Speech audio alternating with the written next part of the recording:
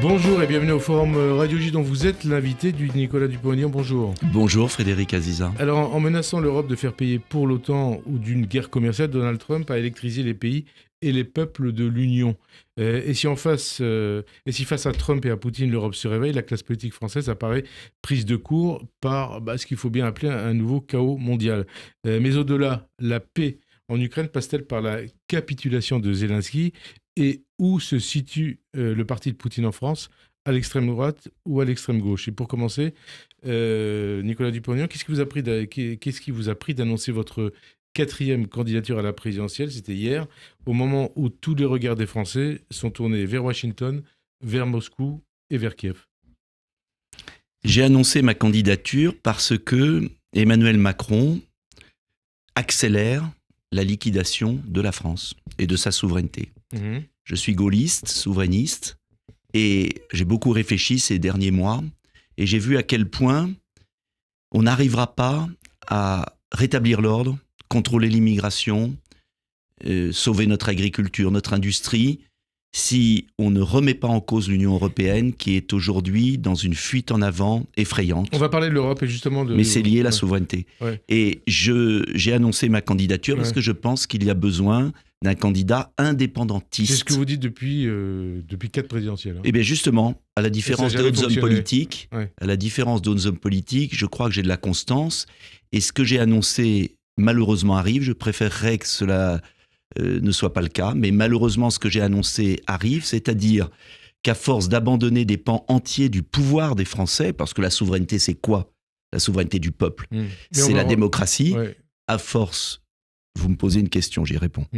À force d'abandonner tout cela à des gens non élus, eh bien, on voit bien le chaos migratoire, économique, financier dans lequel nous sommes. Donc, je pense qu'un débat présidentiel s'est fait pour avoir le choix, sinon ça ne sert à rien d'avoir une démocratie, et je pense que j'ai une voix originale, justement, constante, sur un projet très précis que je présenterai aux Français. Alors... En gros, c'est le même langage, la même rengaine tous les 5 ans de votre côté. On ne peut pas dire que cela vous ait réussi, que ce soit à la présidentielle ou même aux législatives, puisque vous avez été battu en 2024 aux élections anticipées. Est-ce que vous n'êtes pas la grenouille qui veut se faire aussi grosse que le bœuf? Écoutez, on verra.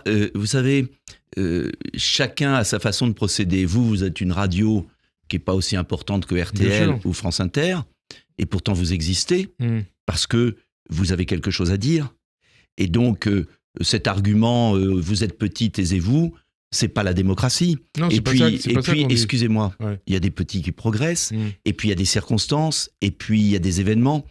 Moi, j'ai un discours clair, et j'en ai assez, et je ne veux pas revoir un théâtre d'ombre à la prochaine présidentielle, où on n'aborde aucun des sujets fondamentaux, où chacun promet toujours la même chose, et une fois au pouvoir, les hommes et les femmes politiques de notre pays sont prisonniers d'un cadre qui les empêche d'agir. Et je pense, excusez-moi, je pense qu'il est temps, parce qu'aujourd'hui les Français le vivent durement, il est temps d'expliquer à nos compatriotes et de présenter un autre choix, une autre voie, où on leur dit la vérité, c'est-à-dire quand on a confié ses frontières, son économie, ses finances, son industrie, et maintenant Emmanuel Macron veut brader notre dissuasion nucléaire, quand on confie cela aux autres, il ne faut pas s'étonner qu'on disparaisse de l'histoire. Je pense que nous sommes dans un monde troublé, vous l'avez dit en introduction. Je pense qu'il y a besoin de pays forts, adultes, maîtres de leur destin. La France n'est plus maître de son destin. Et je veux proposer aux Français un chemin. Et je pense que plus il y aura de Français qui me soutiendront, plus cela aussi infusera sur les autres candidats. On va avancer. Vous dites qu'il y aura de Français qui vous soutiendront. Qu'est-ce qu'on constate? En 2017, vous y avez fait un peu plus de 4% à la présidentielle. 2022, 2%. En fait, vous déclinez d'une présidentielle à l'autre. La prochaine fois, ce sera peut-être 1%, je ne sais pas. Mais ça fera votre joie. Qu'est-ce qui pourrait faire que vous pourriez intéresser plus les Français en 2027 qu'en 2022? Eh bien, je vais vous dire. Et attendez, est-ce que vous êtes sûr d'aller jusqu'au bout de votre candidature, ou votre annonce de candidature est un nouveau coup de bluff? Écoutez, à chaque fois, est-ce que vous avez les signatures? Est-ce que vous avez l'argent? Et à chaque fois, vous m'avez posé la même question. Et à chaque fois, je crois avoir prouvé que j'ai eu les signatures.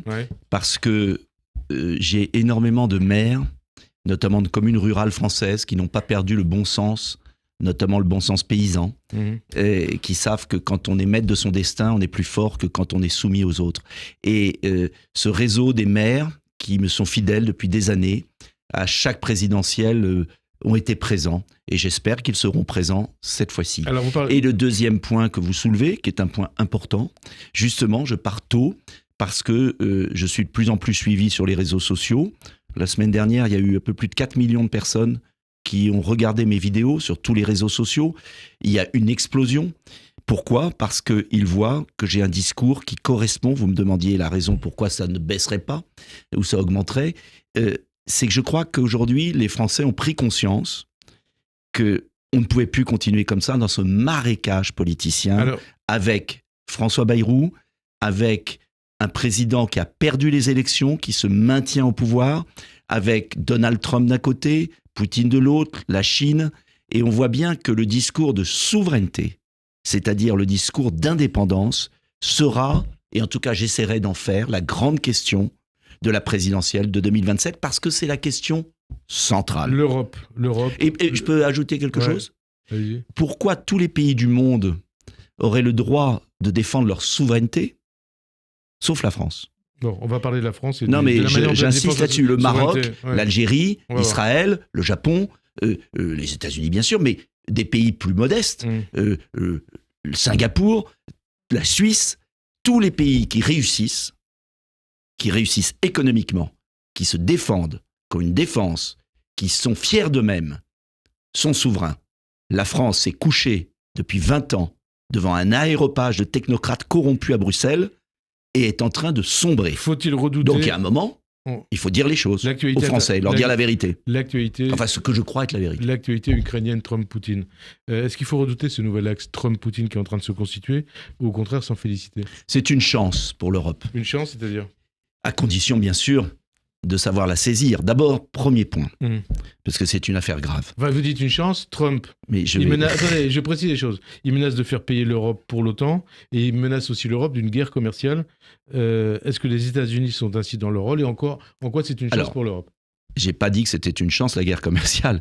Ne me faites pas dire que je n'ai pas dit. J'ai répondu à votre première question qui me parlait de l'Ukraine. Sur la guerre commerciale, il faut rétorquer.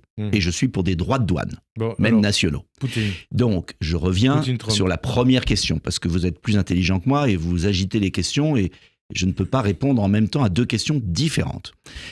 Première question sur l'Ukraine. Le regret immense que j'ai, c'est que la France n'ait pas fait ce qu'a fait Trump dès le départ. C'est-à-dire que Trump, à la différence de la précédente administration, a l'intelligence d'avoir une vision géopolitique. Trump a compris ce que je n'ai cessé de dire en 2022, c'était pas la mode, vous vous en souvenez. Ça veut dire que vous auriez pu être président des États-Unis. Mais c'est pas la question. Trump a eu l'intelligence de dire ce que j'avais dit dès 2022, ce que Vance a dit depuis toujours, le vice-président, c'est que dans un monde où la vraie menace, c'est la Chine, géopolitique, il était complètement stupide de pousser la Russie dans les bras de la Chine pour affaiblir l'Europe, la couper de la Russie, alimenter une crise économique épouvantable qui tue l'industrie européenne, allemande, italienne et française, exploser le prix du gaz, couper et saboter Nord Stream, le fameux gazoduc. Bref, que cette guerre est une saignée au cœur de l'Europe, d'abord une boucherie dramatique pour les Ukrainiens, les premiers, mais aussi pour les Russes. Et Trump a l'intelligence de comprendre que dans la géopolitique des 50 prochaines années, si on veut pouvoir survivre face à la Chine, il faut avoir l'alliance avec la Russie. Et ça, reconnaissait une chose, Frédéric Aziza, c'est que depuis 2015, sur le conflit ukrainien, je n'ai jamais changé d'avis. Alors on avance. Et je vous dis, c'est pas en avance, c'est trop important pour nos auditeurs. Ça veut dire quoi ? Ça veut dire que l'Europe, si elle veut peser au XXIe siècle, économiquement, financièrement, militairement, en matière d'avenir, les terres rares par exemple, doit avoir une autonomie stratégique, doit avoir une nouvelle alliance qui va avec la Russie.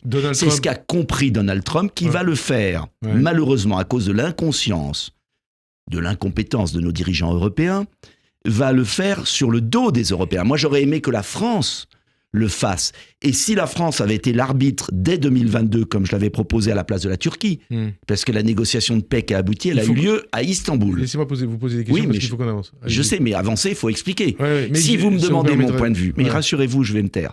Si vous me demandez mon point de vue, c'est quand même expliquer un raisonnement. Donc je dis à ceux qui nous écoutent que cette guerre d'Ukraine a précipité l'Europe dans l'impasse, que là, on a la chance d'avoir un président européen qui, si entre nous, américain. Si Frédéric Aziza, Donald Trump agitait la menace nucléaire aujourd'hui sur la Russie, tous les journalistes français et les leaders européens diraient au fou, vous voyez, Donald Trump est fou. Il y en a beaucoup qui disent au fou sans qu'il agite la menace nucléaire sur la Russie.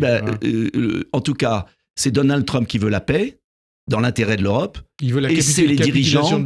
Mais c'est pas une capitulation, c'est un compromis. Il y a toujours des compromis. Non, il y a toujours des compromis territoriaux. Toujours.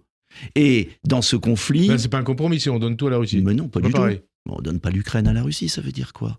La Russie occupe une partie de l'Ukraine mineure, le Donbass, qui a toujours été russe pendant des siècles. C'est leur Alsace-Lorraine. Si on peut le dire, parce qu'il faut dire la vérité, et arrêter la bande dessinée, qui a depuis des mois, des années en Europe. La bande dessinée, c'est la lecture des néoconservateurs américains qui précédaient Trump, de l'État profond américain, qui est en train de balayer Trump, et heureusement, qui était de dire tout est de la faute de Poutine et rien n'est de la faute de Zelensky. Il faut qu'on avance, on va pas faire de... Oui, mais attendez, c'est quand même important qu'on dise la vérité. Oui. Attendez, vous allez pouvoir en parler. Je vais finir. Frédéric Aziza, le conflit n'est pas que de la faute de Poutine. Il y a eu une agression que j'ai condamnée, mais avant... Il y a eu le bombardement des populations russes du Donbass ukrainienne, l'interdiction de la langue russe, la provocation permanente des Américains.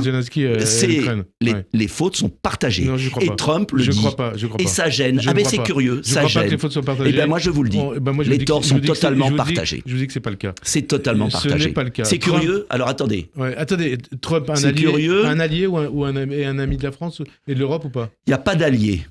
J'ai toujours été gaulliste. Dans la vie internationale, disent que vous n'êtes plus le général de Gaulle, chacun dit ce qu'il veut, moi je vous dis ce que je suis, dans le général de Gaulle disait, en politique internationale, il n'y a pas d'amis.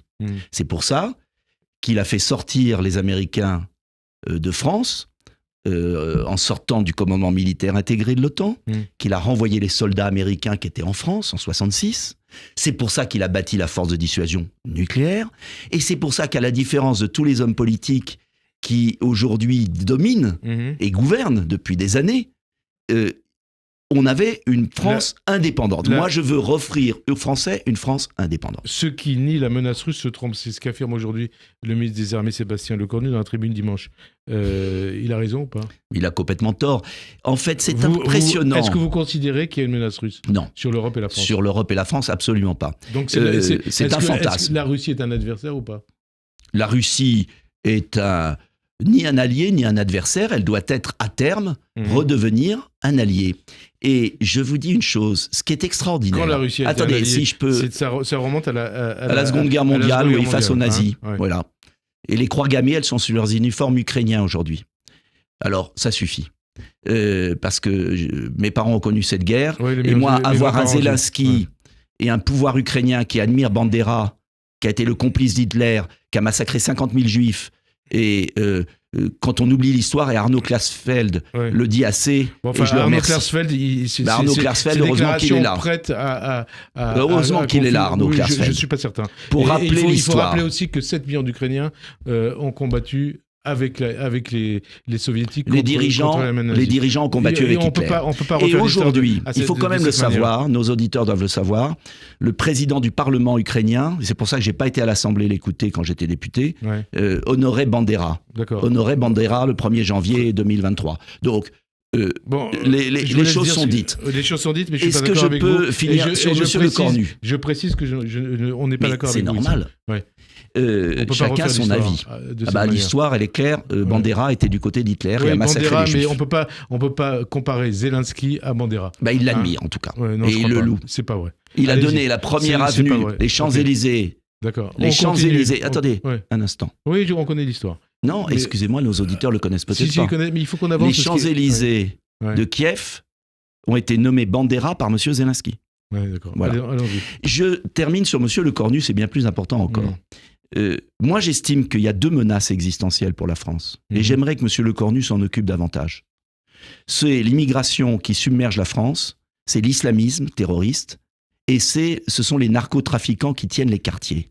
Et je trouve indécent ce gouvernement qui ment aux Français en faisant croire que la Russie va envahir la France et qui est incapable de rétablir l'ordre dans nos quartiers, qui laisse l'islamisme gangréner la France.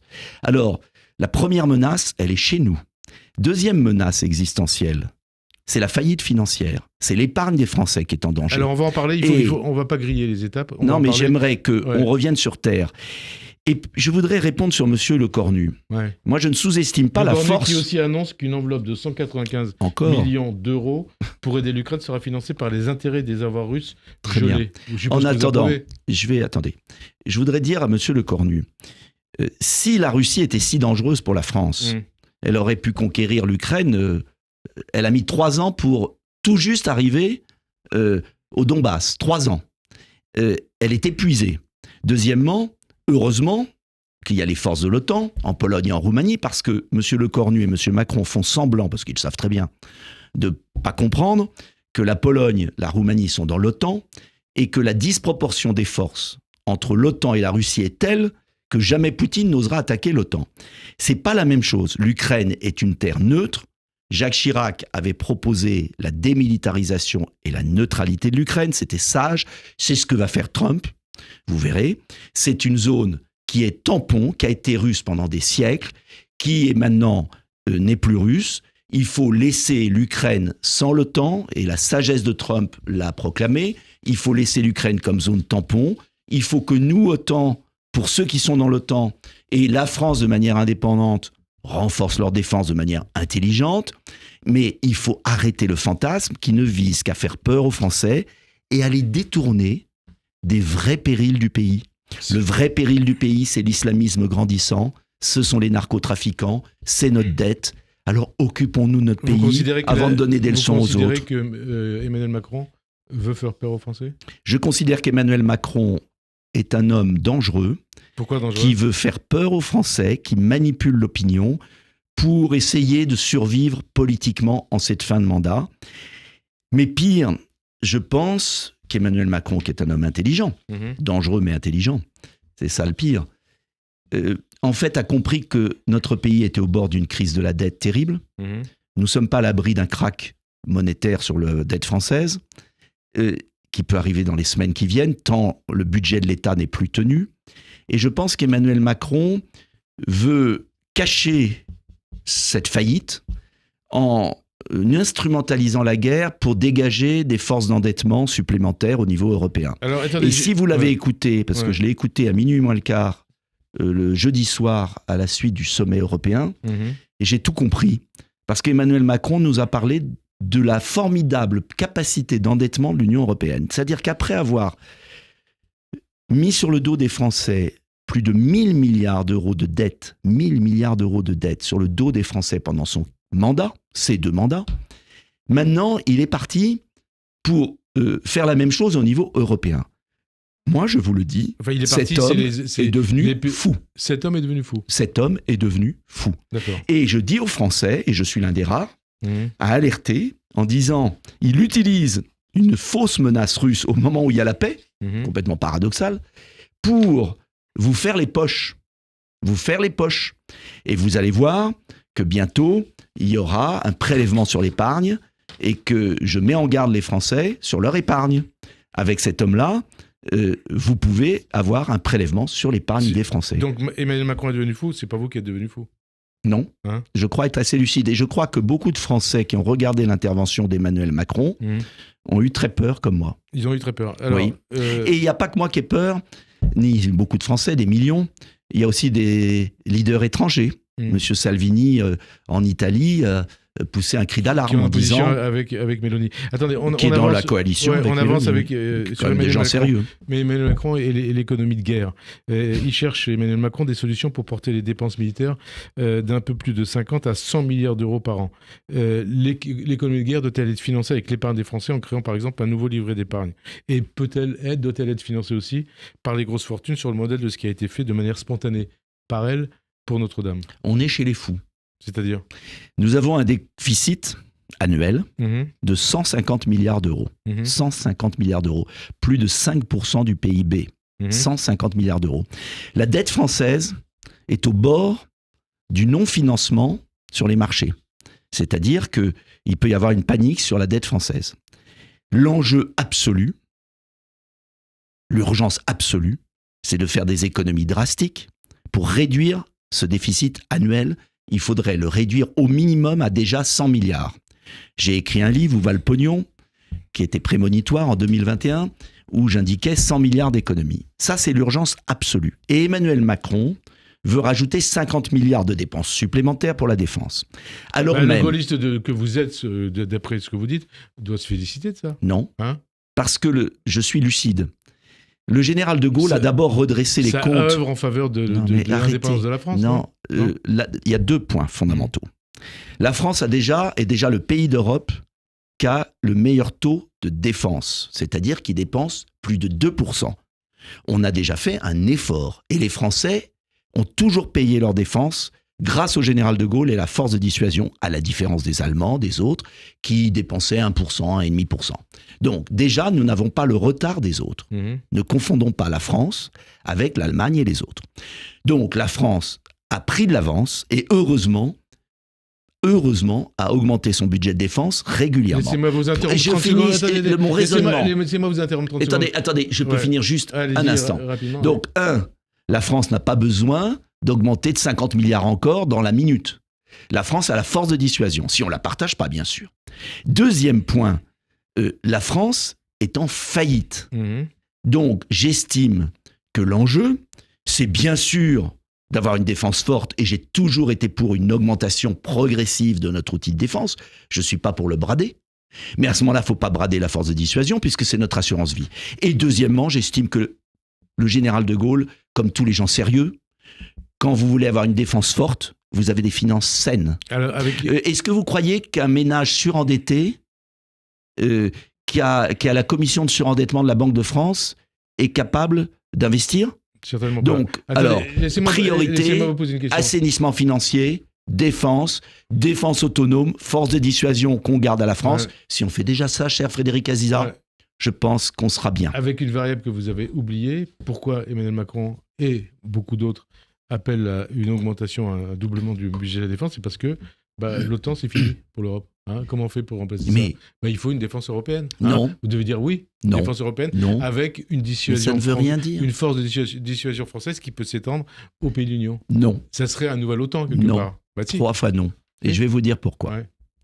D'abord, c'est pas à la France d'augmenter son budget. Elle l'a déjà fait. Mhm.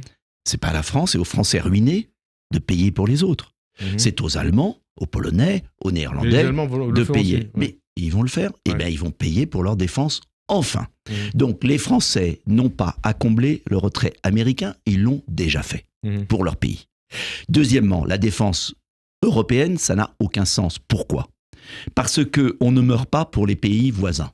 On meurt pour son pays. On dit pas mourir, on dit force de dissuasion. C'est empêcher la Russie mais d'attaquer la force d'autres de pays dissuasion, européens. Hein, c'est ça le La problème. force de dissuasion ne vaut que pour son pays. Mhm. Israël a une bombe atomique pour défendre les Israéliens. L'Inde Je sais a pas une pourquoi bombe vous parlez atomique. d'Israël, mais c'est pas grave. L'Inde, je Mhm. parle des pays Ouais. qui ont une bombe atomique. L'Inde a une bombe atomique pour défendre Mais là- les Indiens. Ouais. Le Pakistan l'a voulu Ouais. pour répondre à l'Inde. L'Iran le veut, et on essaye d'éviter, parce que l'Iran veut sa Mais défense. Ce qu'on voit. Ce que je veux vous dire, Ouais. c'est la raison. Aucun chef d'État français ne risquera d'anéantir 68 millions de Français en retour en lançant une bombe pour défendre ses voisins. Alors, Et donc, les Européens, d'ailleurs, mhm. ne veulent pas passer du parapluie américain au parapluie français. Les Italiens viennent de dire, il est hors de question qu'on dépende de ce fou de Macron.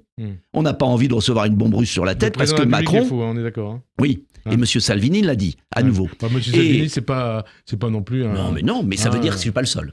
Mais si, Mais je suis pas Monsieur le seul. Salvini. Hein. Je suis pas le seul. Il est ministre italien. Ce que je veux dire, D'extrême c'est à que- extrême droite. mais hein, on il est précise les ministre choses. italien. D'extrême à extrême Bon, droite. peut-être. Je ne le crois pas. Donc, en fait, il faut arrêter toutes ces Raciste, caricatures. enfin, bon, mais bien bref. sûr, toutes ces caricatures. Populiste, Tout le monde est ouais. extrême droite qui n'est pas d'accord avec Non, pas du tout. la On ligne précise les actuelle. choses, on précise les choses. Soyons clairs. Je veux dire que la force de dissuasion et l'assurance vie Enfin, des pour dire que Français. Salvini, c'est pas forcément Et un modèle ici à Radio J. Hein, on précise les choses. la force de dissuasion est est une arme, une assurance vie qui ne vaut que pour la France, parce qu'on ne risque la peau des Français que si la France est attaquée. Ouais. Et les Européens ont besoin d'assurer leur propre Il faut- défense. Il faut qu'on avance. Point. Il faut Par qu'on- eux-mêmes. il faut que- Chaque nation. Ce qui n'interdit pas, Frédéric Aziza, Ouais. des coopérations, d'armement, parce que je remarque Mais que il faut qu'on les avance. Polonais Ouais, et les Allemands et les autres, ils ont acheté des F-35 Ouais. américains. Et vous savez Là, vous aujourd'hui avez ce qu'ils raison. ont? vous avez raison. Ils ne peuvent pas les utiliser. Alors, on Non, avance. mais- Oui, on avance. Oui, mais Il faut qu'on excusez-moi, pas- la oui. défense européenne, c'est ça. Il nous reste C'est des armements il nous reste européens, 20 minutes, beaucoup de américains. questions, beaucoup de questions. Oui. On assiste à la constitution d'un trio Paris, Londres, Berlin. Et qu'est-ce qui se passe? C'est la France qui est le seul pays attaqué par Poutine. Est-ce que c'est pas la preuve que le président Macron a choisi la bonne stratégie, que la voix de la France, par l'intermédiaire de celui que vous appelez le fou Macron, compte? Mais non, au contraire, c'est Emmanuel Macron qui Il n'a pas l'air si fou que ça quand on voit ce qui se Emmanuel passe. Macron qui passe sa vie à agresser la Russie. Agresser la Russie. Verbalement. Maintenant, c'est Macron qui Verbalement, agresse la oui. Russie. Ah, oui, oui. Au moment. Alors attendez, si je peux. Attendez, non, parce que vous dites quelque chose. On va Avec une préciser les choses réponse- sur la Russie. avec une La réponse Russie dénonce stupide. une rhétorique de confrontation de l'Union Bah, européenne. Vladimir Poutine compare Emmanuel Macron à Napoléon. Ce qui est ridicule. Le chef de la diplomatie russe, Sergei Lavrov, va encore plus loin en le comparant à la fois à Hitler, Emmanuel Macron et Napoléon, qui tous deux ont voulu conquérir, dit-il, et vaincre Tout la ça Russie. est grotesque. Mais de la part de qui? Des deux côtés. Mais attendez, vous mettez sur le même plan Mais excusez-moi. la Russie, Et la France, la oui, dictature aujourd'hui. russe, Mais la arrêtez. dictature russe et la démocratie française. Il n'y a pas de Vous qui avez été élu de la République, vous mettez sur le même plan une Si je peux dictature vous et une répondre, démocratie. si je peux Ça vous paraît répondre. hallucinant, voire terrifiant. Eh Terrifiant. bien, je vous réponds, Ouais. si je peux permettre. Allez-y, mais c'est terrifiant ce que vous dites. Donald Trump est élu démocratiquement et Ouais. dit exactement la même chose que moi. Non, mais là, Où je parle que de la même Russie. chose. Vous dites d'escalade des deux côtés. Je suis pas d'accord. On peut pas dire ça. Vous avez le droit. Ah bah, Vous pouvez pas excusez-moi. vous pouvez- On vous peut pouvez dire pas ce qu'on mettre- veut. Vous pouvez pas On est mettre sur encore le- en démocratie. Oui, vous pouvez pas mettre sur le même plan la dictature Je russe mets et la démocratie exactement française. sur le même plan ces déclarations grotesques d'un côté comme de l'autre. On a les États-Unis d'Amérique Mhm. qui sont en train de faire la paix et une grande alliance Capitulation économique. de l'Ukraine. Hein, on précise les Arrêtez de choses. répéter toujours la même chose. Capitulation de l'Ukraine. Et vous n'en savez rien d'abord. Mhm. Le plan de paix est en négociation. Ce qui est sûr, c'est que les États-Unis et la Russie vont s'entendre sur un plan de paix et que la France est hors jeu à cause du comportement puéril, j'allais dire hystérique, d'Emmanuel Macron, qui en plus n'a pas les moyens de sa politique. Donc, il y a un moment, je dis que sur l'Ukraine, j'aurais aimé que la France ait une position intelligente, équidistante, qui permette de faire la paix et de compter dans la paix. Mhm. Et je dis aux Français qui m'écoutent, Donald Trump est en train de faire la paix pour faire une alliance économique avec la Russie, c'est-à-dire avoir un partenariat sur les terres rares, sur les ressources naturelles, pendant que nous allons payer notre gaz 4 fois plus cher aux États-Unis, le gaz naturel liquéfié, et que Donald Trump, qui défend les intérêts des États-Unis, et bien évidemment, il ne défend pas les intérêts de la France, ça je ne suis pas dupe, et je dis qu'il serait peut-être temps d'ouvrir les yeux sur le monde qui existe, tel qu'il est, Mhm. et je dis que la France et l'Europe, par des dirigeants ineptes, sont en train de se tromper de guerre, sont en train de dépendre des États-Unis et de la Chine par un conflit absurde. Je ne veux pas dire qu'il faut être naïf vis-à-vis de Poutine, Mhm. il faut garder nos forces, il faut être vigilant, mais dans cette réelle politique nouvelle, il ne faut pas avoir un combat d'arrière-garde polémique, parce qu'un jour ou l'autre, on sera obligé de s'entendre avec la Russie, intelligemment, fermement. Il n'est pas question d'être faible, il s'agit Et on simplement avance. d'être Et lucide. Jean-Noël Et Barrot. dernier point, je ne veux pas la ruine de l'Europe et de Ouais. la France. Ils sont en train Ouais. de ruiner la France et les épargnants français. Et je mets en garde nos concitoyens sur leur épargne. Jean-Noël Barrot. Et vous verrez ce que je vous dis. Jean-Noël Barrot, il vous répond quelque part en disant qu'il ne faut pas se laisser intimider par la Russie. Là. Il n'a Mais- pas forcément tort. C'est mais- gaulliste comme démarche, non? Mais ça veut Non. dire quoi? Bah, il faut pas se Au laisser moment intimider où par la Russie. paix... Mais Quand attendez, la Russie menace alors attendez, la France et l'Europe, bah, je vais vous donner un on se exemple. défend. On va prendre un exemple On concret.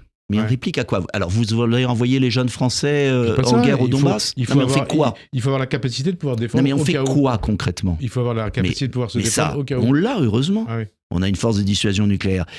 Je vais vous donner un autre exemple. Il y a la Turquie qui occupe Chypre Mhm, depuis 1974. mhm. Tiens, où est passé Emmanuel Macron? Il n'a pas déclaré la guerre à la Turquie? Mhm.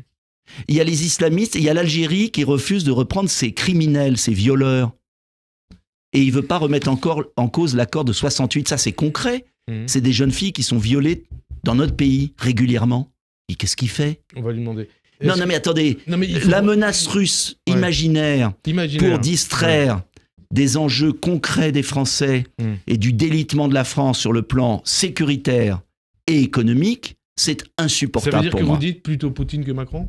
Mais enfin, vous êtes... Frédéric Aziza, revenez à la raison. Non, mais je vous pose la question. Mais enfin... Non, vous savez ce qu'on dit? Vous êtes l'un des représentants du parti Poutine en France. Enfin, c'est n'importe quoi. Mais c'est ce qui est dit. Eh bien, dites-le, c'est faux. Tout le monde le sait, mais c'est grotesque.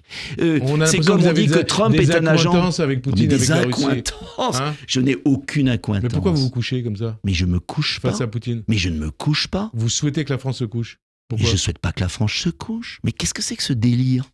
Je souhaite que la France ne soit pas ruinée par un conflit qui n'est pas le sien, qui est un conflit intérieur au monde slave, entre une ancienne province russe et la Russie.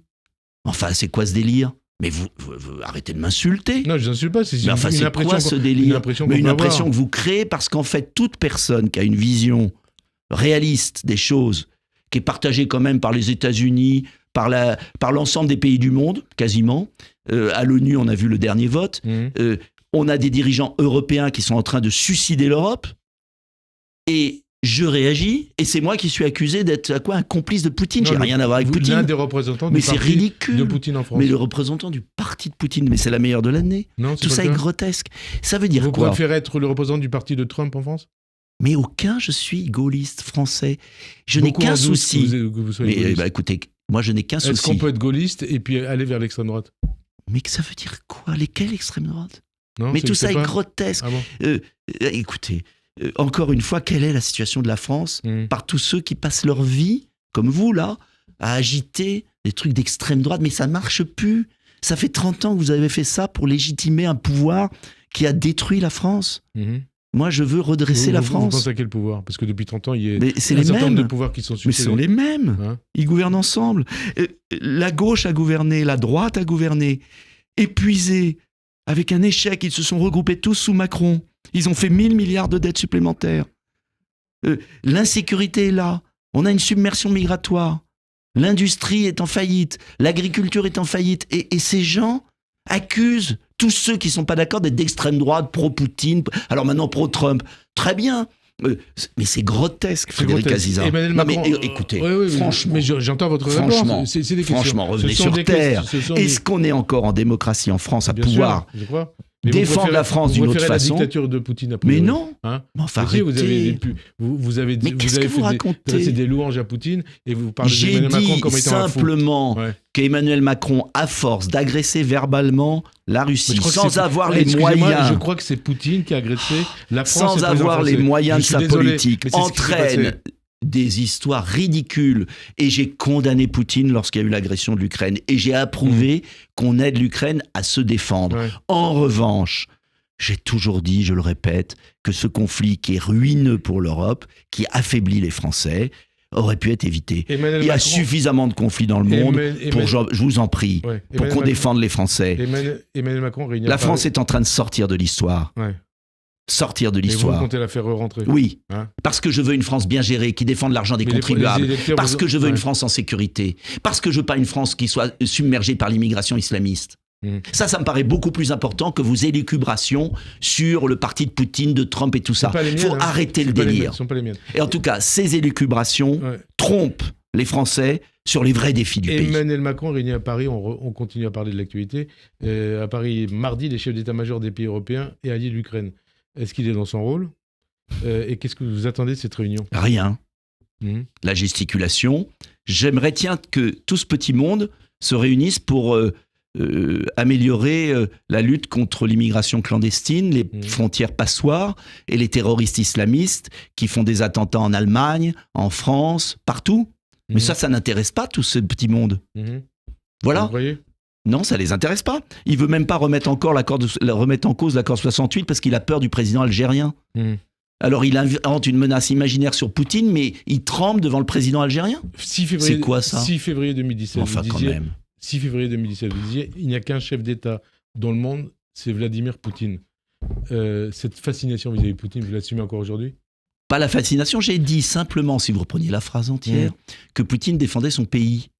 Je remarque que Trump défend son pays, je remarque que Netanyahou défend son pays, je remarque que les différents présidents, le président algérien défend son pays d'une certaine manière malheureusement, et je remarque que le président français ne défend pas son pays. Mais vous dites, et l'abîme. Vous dites toujours non, le seul chef d'État. Non, parce que j'ai condamné. Non, j'ai condamné. C'était avant l'invasion de l'Ukraine et je l'ai condamné. 2017, bon, alors remettez les choses en perspective. J'ai condamné cette invasion. Je dis simplement, mais que faut-il dire sans être insulté pour expliquer aux Français, bah si, être un agent de l'étranger, c'est pas très agréable. Bah, ça veut dire ça. Ça veut dire 2019, ça. Qu'est-ce qu'il faut dire? Une autre citation de 2019 qui vous concerne, dans un livre que vous avez publié en 2019. Oui. Vous disiez qu'il était urgent de réagir tant le président actuel, Emmanuel Macron, est dangereux et fait tout pour nous diviser. Et comme vous le disiez aussi, il a pris l'Élysée et sert une oligarchie qui nous vole. Oui. Est-ce que vous dites la même chose aujourd'hui? Totalement. Et vous dites qu'il s'est plus comporté, en gros, en banquier qu'en président de tous les Français? Oui, bien évidemment. Et un banquier qui a ruiné le pays, ce qui est assez rare. On aurait pu imaginer qu'un banquier soit économe de l'argent des Français. Vous savez, pourquoi je veux la destitution d'Emmanuel Macron et je regrette que les parlementaires ne la demandent pas? C'est parce que quand on a un homme dangereux qui a ruiné un pays, qui n'assure pas la sécurité et qui laisse l'immigration envahir la France, il y a un moment, il faut arrêter. Et chaque mois de perdu sera difficilement rattrapable.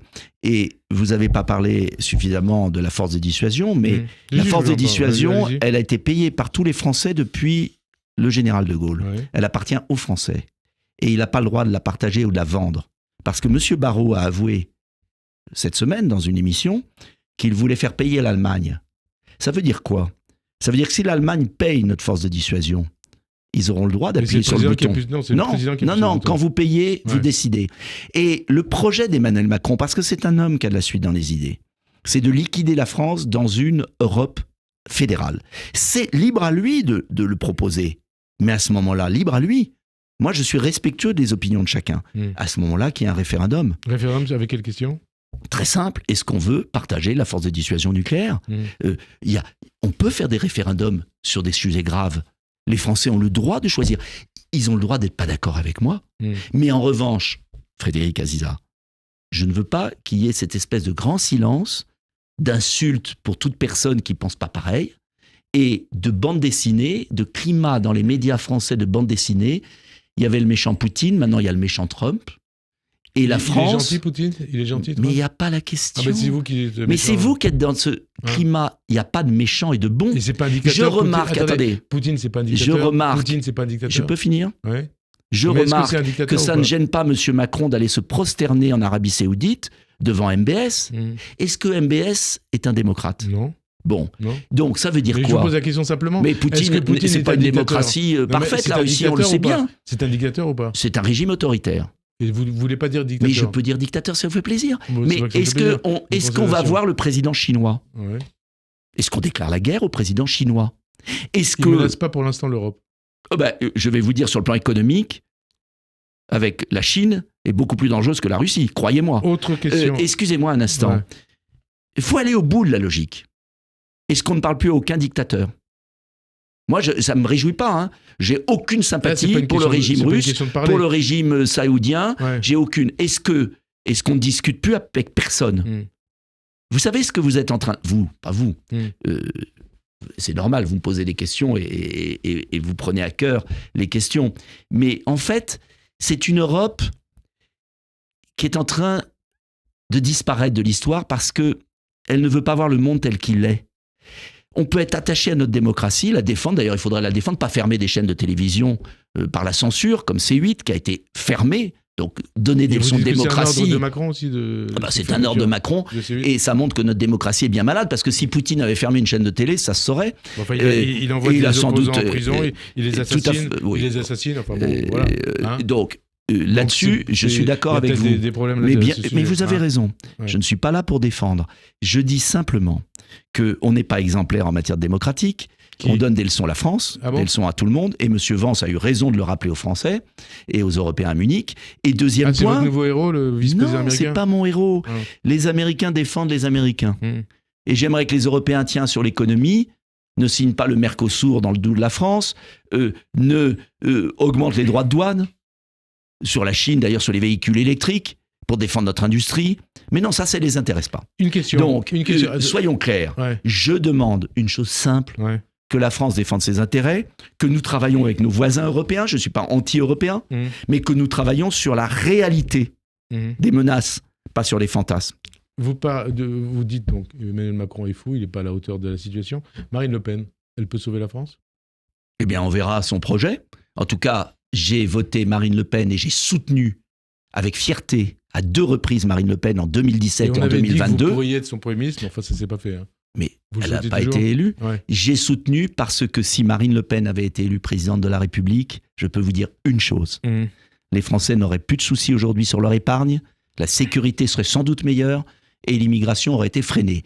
Alors on peut tout dire, critiquer. Moi, vous ne me ferez pas dire de mal de Marine Le Pen, même si je serai candidat face à elle au premier tour de l'élection et que je présenterai une offre plus souverainiste, plus indépendantiste, parce que j'estime que plus il y aura de millions de Français qui soutiennent ma candidature, ce sera un signal envoyé à la vie politique française en disant « Arrêtez de vous soumettre à cette Union européenne qui nous tue à petit feu et qui veut aller plus loin avec le coup d'État de Mme von der Leyen permanent, avec la fuite en avant supranationale et avec le gouvernement des juges dans notre pays. » Donc, je veux rétablir les frontières, je veux que le droit national soit au-dessus du droit européen, je veux arrêter de donner 10 milliards d'euros à l'Union européenne, et je veux faire du protectionnisme européen et français. Voilà, c'est clair. Et j'aurai un programme limpide, et plus il y aura de Français qui me soutiendront, plus on aura l'assurance que le centre de gravité de la vie politique française revienne sur l'indépendance du pays. Est-ce que vous souhaitez que Marine Le Pen soit la prochaine présidente de la République ?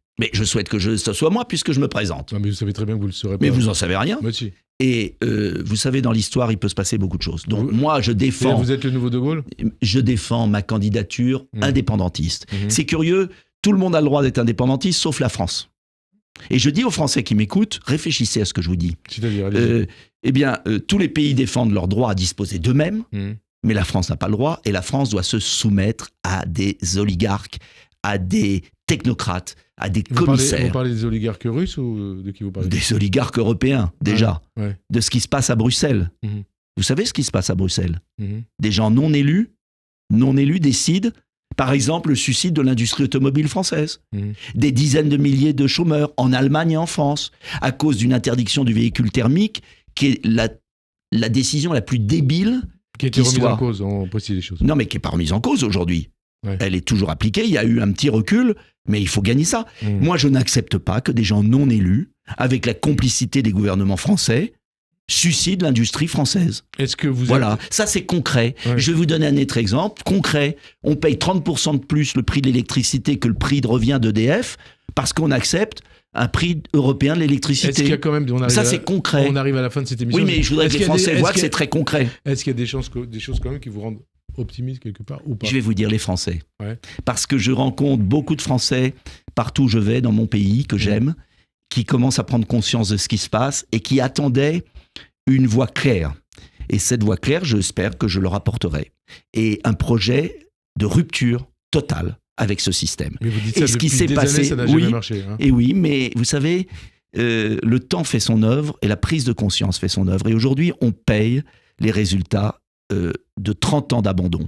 Et ce qui s'est passé aux États-Unis me rend optimiste, parce que si le peuple américain a pu balayer une oligarchie avec un homme qui a des défauts, on les connaît, mais qui a été clair, eh bien c'est parce qu'il a eu ce langage de fermeté. Et il a dit à un moment, ça suffit. Mais moi, je vais dire, ça suffit. Vous croyez que vous pouvez être le nouveau Trump ? Oh, j'ai pas cette prétention, mais en tout cas, j'aurai un programme radical au sens noble du terme, c'est-à-dire démocratique.